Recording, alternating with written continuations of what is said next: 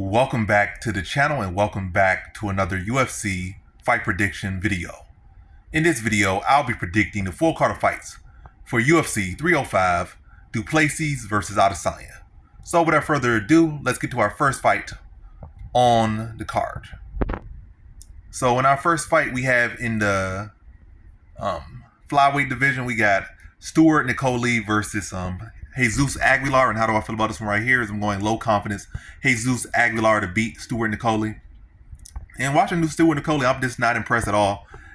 And all these sharps like, you're so sharp. Who are these sharp? Every time I hear sharp, I just see morons. Like, who are these sharps? Like, is it an association? But they always got bad takes. Like, they actually think it's sharp to pick Nicoli. Nicoli is the least sharp-minded thing you can do. The guy looks so unproven, so unskilled. And his level of competition has been completely trash and mediocre. Sloppy striking, panic wrestling, and fighting guys that tailor-made for him to beat. Could he win? Definitely, for sure. But should he be a 2-1 favorite against anyone? No. That's what it should be. He should not be no 2-1 favorite. So he shouldn't be a minus 150. He should be like, pick him at best, maybe minus 110. That's as far as he should go when you look how he fights. But yeah. Anyway, to the prediction. Enough rambling. Jesus Aguilar has fought good competition. He has held his own against good competition. Has beaten some good competition. Nicoli has fought no one, has beat no one. But a bunch of cans. It don't take very much digging or very much watching the tape to see that. And I feel like Jesus Aguilar can touch him on feet. I feel like he addresses grappling. I think he stops him in the second round via TKO. I just think Nicoli just has very poor reaction to striking.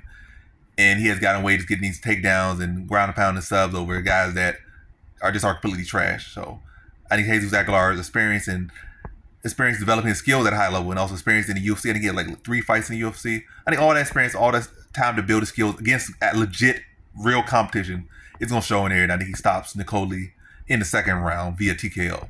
So in this one, I have Jesus Aguilar via second round TKO.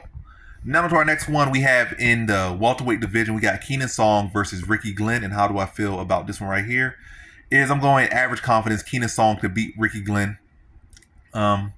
Maybe going to welterweight will help Ricky Glenn some bit with his chin and his durability. And he does have pretty solid skills. But prior to these, this losing streak and this absence and this and that, Rick Glenn was actually a very solid fighter. So act like, oh, Ricky Glenn's a scrub. He's this, he's that. Rick Glenn or Ricky Glenn, whatever he wants to be called, Ricky Lake, whatever he wants to be called, is a very solid fighter if he can get into form. So by no means am I sleeping on him, but he just riding very bad momentum right now. Coming with 2 bad TKO losses. But hey, maybe coming to 170 will help him. But I'm not banking on it. I'm banking him to the momentum to continue the downtrend. And the Keenan Song will be able to address the grappling, keeping the feet, landing heavy shots. And also, it's not like Keenan Song's some scrub. Keenan Song's a solid fighter. He's held his own against some good guys. And yeah, I think he'll be able to connect some big power on Rick Glenn. I just don't think, even without having to cut the weight, I still don't think his chin will be able to hold up too well to it. And I see Keenan Song being able to connect and put him out in the second round. So in this one, I have Keenan Song via second round TKO. Now to our next one, we have in the lightweight division, we got Tom Nolan versus Alex Reyes. And how do I feel about this one right here? I'm going high confidence Tom Nolan to beat Alex Reyes. I'm kind of regretting the high confidence Tom Nolan because last time I put high confidence Tom Nolan, he got knocked out. Or did I go high confidence? I know I went too confident in him and he got knocked out. Then I kind of went lower confidence on his last fight and he did what he was supposed to do. But yeah, high confidence once again. I already did it, so I'm already sealed in. But he should beat Alex Reyes. Reyes hasn't really shown much power, and where Nolan seems to have issues, he only had 1 loss, so lack of defense, not the best chin. He does cut a lot of weight to make 155. But Reyes is not really a big puncher or really a notable striker. When you look at his wins, have mostly been by grappling, like take people down and sub them or ground and pound them. And yeah, I think Tom Nolan's much younger. This fight is in his backyard. He has everything going for him. So it just seemed like this is a setup a fight for him to win and look good. Hey, every dog got his chance. And maybe he's motivated by his brothers, breaking his loss streak. And maybe he'll come in here and just looking like a different guy. But I doubt. He's like 37. No wins in the UFC. And yeah.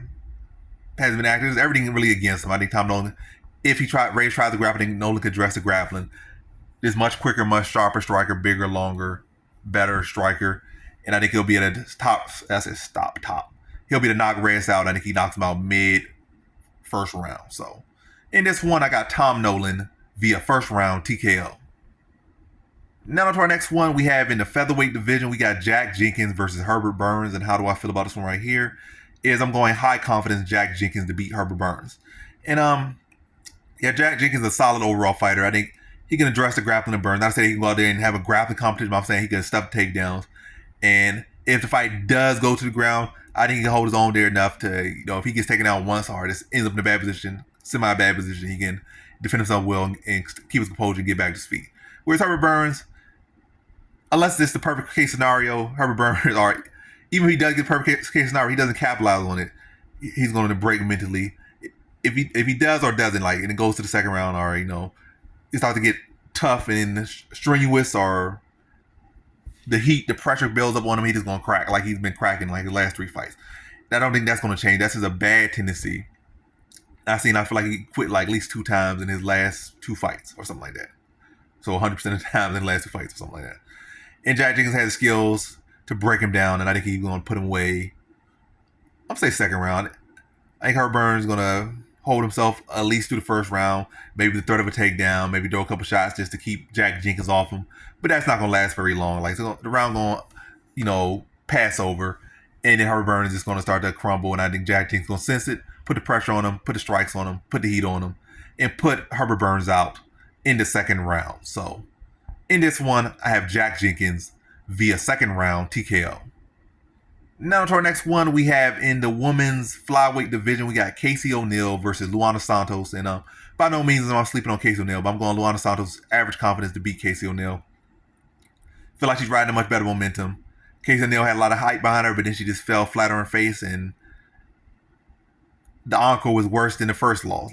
She lost a close decision, then she went out there to get picked apart and subbed in her last fight. So they're not riding the best momentum, but she's still young. She still has a lot of experience in UFC, but I think Luana Santos will be able to be the better grappler, be able to control the positioning, be able to land heavy shots. Will land the heavier shots, land takedown. Not to say she can go out there and take her down at will, but I think she'll probably hold O'Neill to maybe 1 takedown or 1 or none as far as taking the apartment. Luana Santos probably be able to get 3 takedowns maybe in this one. Get probably 5-6 minutes of control time. So land the heavier shots, get the takedowns, get the control time, and beat Casey O'Neill pretty clear. I'll say Casey O'Neill's going to hold a good account for herself probably. Submission, she might even get dogged. She might get subbed, but I'm leaning decision. And I'm leaning Luana Santos most importantly. More so than whether she's finishing her or decisioning her, the more important thing is that I'm picking Luana Santos to win. But I'll say it goes to this. I think Casey O'Neill still got some, a lot left into her career, and she can make some adjustments. She's going to, hold a decent count for herself. But Luana Santos is just going to be the better overall fighter. And again, land the heavier shots, score more takedowns, get more control time, and win a decision victory over Casey O'Neill. So in this one, I have Luana Santos via decision. Now to our next one, we have in the featherweight division, we got Josh Culibao versus Ricardo Ramos. And how do I feel about this one right here is I'm going average confidence Josh Culibao to beat Ricardo Ramos. I think I went low confidence on my quick pick, but it is what it is. Average is low as average or low as average. But Ricardo Ramos is a solid fighter, but I have never really seen that toughness from him. Especially when we look at his last 2 fights. He was doing okay. Then he tried to go to his his safe haven and grappling department. And both times when he was looking for a safe haven, he got tapped out. And other fighters probably would have, tougher fighters probably would have made a battle through and defend those submissions. Not to say that there were easy submissions or, it was, he just quit completely. I'm not going to say that. But I do feel like he could have survived both of those submissions. He could have dug deep. Especially if you're a fighter that wants to be, has hope of being elite. When you're in those positions, you got to give it your all to get out of that position. And I just don't feel like when he's faced with adversity, I've not seen him dig deep. I have seen him have competitive fights, close fights, and win a decision here. But as far as I got rocked and I had to get back up and come from behind to get a decision or get a knockout, I have not seen that from him. Or somebody had a deep submission, I defended submission. I was dead to rights that submission, but I was gurgling, I was shaking, I was shimmying, did whatever I had to do to get out of that, survive the submission or make it to the bell or something. I have not seen that toughness from him. And I feel like Josh Culibao just has much more mental fortitude, mental toughness, fortitude, all those things. I think he's a cleaner overall striker. and more confident fighter. And I can see Ramos getting off to a good start, but I can see Culibao just staying stronger mentally, staying more focused, staying locked in. Whereas Ramos going to start to dip off as Culibao starts to maybe tag with some big shots and start to apply the pressure in. So basically, when the going gets tough, I feel like Culibao will be able to stay locked in, where I feel like Ramos will start to dip off. And I feel like Culibao start to put the pressure on, start to work, land clean shots. But I do see this going distance. I see a good competitive fight, but Culibao, starting to take over is a fight. The more the fight comes in, deeper the rounds come in, and start to break him down on the course of the fight. Maybe come close to a stoppage in the late, third round of this fight, but not going to be enough to finish Ramos, but enough to, really seal that he has won this one. Maybe a drop in the fight on top with some ground and pound. Or maybe Ramos is, I don't know, getting desperate, going for throwing some subs up there. Culibao defends the sub, and Ramos just the life just seeps from him when his last ditched effort don't work. And Culibao's on top and probably just lands some ground and pound. And the round, the final round ends with that. And I think Culibao gets his hand raised by decision here. So in this one, I got Josh Culibao via decision. All right, now on to our next one. We got in the heavyweight division, we got Junior Tafa versus Walter Walker. And how do I feel about this one right here? Is I'm going low confidence Walter Walker. If I had any confidence any lower, I would say this would be abysmally low confidence for Walter Walker, but I only go as far as low. So low confidence Walter Walker to beat Junior Tafa. Not really a whole much to really draw from. I think I can say, Tafa's going to improve his takedown defense, but I'm not going to give anybody any extra credit. Until I see it, kudos. You did it. Good for you. If you do it, good for you. But, yeah. Walter Walker seems like the more well-rounded fighter. Tafa seems primarily just a striker. And Walter Walker hasn't not shown a bad chin just yet. And it's not like he has shown, necessarily bad cardio or necessarily low effort. In the last fight, he got 5 takedowns. And I arguably feel like he did win that fight. Not to say it was a bad decision. Hey, it was a good enough decision, but I felt like Walter Walker got some good control time. I think he won the first round. I think third round, I don't feel like his opponent did so much with that in that third round. I mean, they were overhyping what his opponent did. And he got a takedown, landed some okay ground and pound. I think his opponent was able to escape with the last 10 seconds or something like that. It was one of those type of ways, all right. He was able to get the takedown or reversal or something like that. But either way, I feel like it was a very close fight. And Walter Walker was able to get takedowns in just about every single round. He controlled time, and especially in the first round, he was able to land good ground and pound. But I'm going second round TKO Walter Walker, more well-rounded fighter. Don't seem to have the bad chin of his brother. Seems like the bigger natural man, between the two. And also, Junior Tafa is already 0-1 versus somebody's brother. He lost to Kamaru Usman's brother. Now he's fighting Johnny Walker's brother. And I think Walter Walker's going to be able to mix in the strikes, mix in the takedowns, and start to wear out and be very heavy on top, land some ground and pound. First round, probably come close to the finish. Then the second round, take down a deflated Tafa, mount him, and start to drop some ground and pound and get that finish in the second round via TKO. So in this one, I got Walter Walker via second round TKO. Now to our next one, we have in our first fight on the main card, we have in the welterweight division, we got Li Jingliang versus Carlos Prates. And how do I feel about this one right here? I'm going average confidence, Carlos Prates to beat Li Jingliang. Li Jingliang is coming off a fight that he arguably won, but they gave it to his opponent. And also, he's coming off a 2-year layoff. So I think he has a force since 2022. And coming in here against a guy that's coming, part of a team that's very hot right now in the fighting nerds. He's looking very good, looking very sharp, and his team looking very good, looking very sharp. And I just think it's gonna be a momentum pick here. I think Prates is gonna be bigger, land heavier shots, be more fast, be more fluid, be more fresh. Whereas Li Jingliang is just gonna be a little bit stiff, a little bit rusty because of the absence. And I think Prates is gonna be able to apply the pressure from the jump. Not to say sloppy pressure, but apply the forward pressure. Educated pressure. Stay just in range, land his shots when he wants to land them. Keep Li Jingliang on the back foot and just break him down on the course of the fight. And I think he stops him, I'm going to say, third round after breaking down the leech over the course of the fight. And I think he stops him in the third round. So in this one, I got Carlos Prates via third round TKO. Now to our next one, we have in our first fight, not our first fight, we have in the heavyweight division, we got Tuivasa versus Jairzinho Rozenstruik. And how do I feel about this one right here? I'm going Average confidence Jairzinho Rozenstruik to beat Tai Tuivasa. I just feel like Jairzinho is just a more technical striker. Tai Tuivasa got power. He knows how to connect and put on your chin. But it's not really so much behind what he does. It's kind of pretty straightforward. And I feel like Jairzinho can, touch him with the jab early and often. Is Tai Tuivasa trying to load up on the overhands and stuff. Be a sticking with the jab, bust his nose up, bust his lip up, probably swell his eyes up with the jab. Is Tuivasa trying to land these big overhands.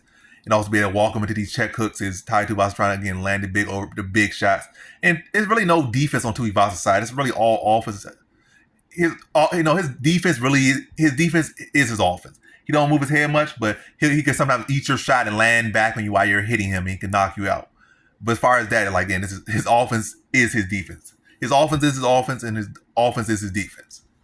And Jairzinho Rozenstruik can exploit that. Jairzinho Rozenstruik, I'm not gonna say he has the greatest defense either, but he will move his head. He will move his feet. He won't just be there eating shots like Tuivasa will. And Tuivasa can't really, good as his chin is and blah blah blah and this and that.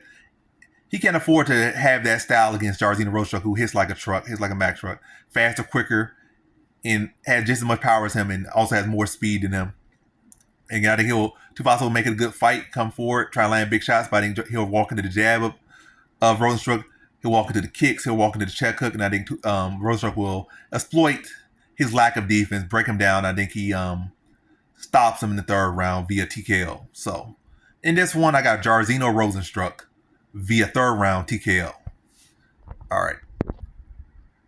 Now to our next fight we have in the lightweight division. We got Mateusz Gamrot versus Dan Hooker. And how do I feel about this one right here? Is I'm going low confidence Dan Hooker to beat Mateusz Gamrot.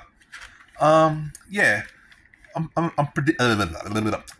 predicting Dan Hooker to pull off the upset over Mateusz Gamrot. I think Gamrot's game, he's been putting a lot of good work in. But I do think Dan Hooker can shine in this moment. And also think he's been overlooked, especially on odds. Yeah. I think Dan Hooker has underrated takedown defense. I think he has underrated grappling defense. And it's not like Mateusz Gamrot has great top control or great ground and pound or great submissions. He can get takedowns. He can't really control them, but he can get you back down again. And I think Dan Hooker can do a good job of defending takedowns. I think he can do a good job of getting back to the feet, especially with Gamrot not being a guy that has good top control. Gamrot has been very chinny on the feet. And I think Dan Hooker can exploit that. I think he can kind of fight a similar fight that Culibao had fought, if not better than what Culibao fought against him. Defending the takedown well, doing good defensive wrestling, good counter wrestling. And then land the bigger shots on the feet. It's not like, oh, that was so long ago. He just struggled with RDA in the first round. Got rocked by RDA. Not too long ago, he got dropped and lost to Beneil Dariush. And it seemed like every single fight he's in outside the Plessis fight, he's been dropped. He's been dropped, I think, multiple times. I think only counted one time, but he got dropped like 3 times against Siakarin. Got dropped by Dariush. Got dropped by Culibao. And the list goes on. And he got dropped by Jalen Turner. He got dropped like in every single one of his fights. And I think Dan Hooker will be able to find that knee up the middle. Is Gamrot's trying to level change, be able to hurt him a couple times with that knee. And I ultimately think that knee's gonna set up the finish. And I think he stops Gamrot in the third round. After, competitive scrap, with Gamrot mixing up on the feet, trying to apply that heavy wrestling pressure and having decent success there. But Hooker doing a good job of defending and also landing the more significant shots in the round, or landing the significant shots in the round. Whereas Gamrot's, getting takedowns and not being able to control them. Not at his usual good clip of takedowns. Probably, been held to like maybe 2 of 10 or 3 of 10. And probably about maybe 2 minutes of control time up until the finish, where Dan Hooker's able to really start, probably drop him maybe like in the first round. Rock maybe the second. The third round, Gamrot got a little bit more desperate for the takedown and kind of in panic mode. Telegraphs his level change, just runs right into the knee. Is dropped, and Dan Hooker finishes him off with some ground and pound in that third round. So in this one, I got Dan Hooker via third round TKO. Now to our next fight, we have in our co-main event in the flyweight division, we got Kai Kara-France versus Steve Erceg. And how do I feel about this one right here? Is I'm going average confidence Steve Erceg to beat Kai Kara-France. And yeah, this is definitely a wide open fight. Don't sleep on Kai Kara-France. I'm not sleeping on him. But yeah, I'm not sleeping on him. Yeah, Erceg don't really move his head too much, and I think Kai Kara-France can exploit that. That's a big concern. And it's not like Erceg was able to get touched up by Pantoja at points in this fight. He got caught by, I think, Alessio Costa or Alessandro Costa. He got hurt at one point in that fight. So I think Kai France can take advantage of the long neck of Erceg and the fact that he don't move his head much.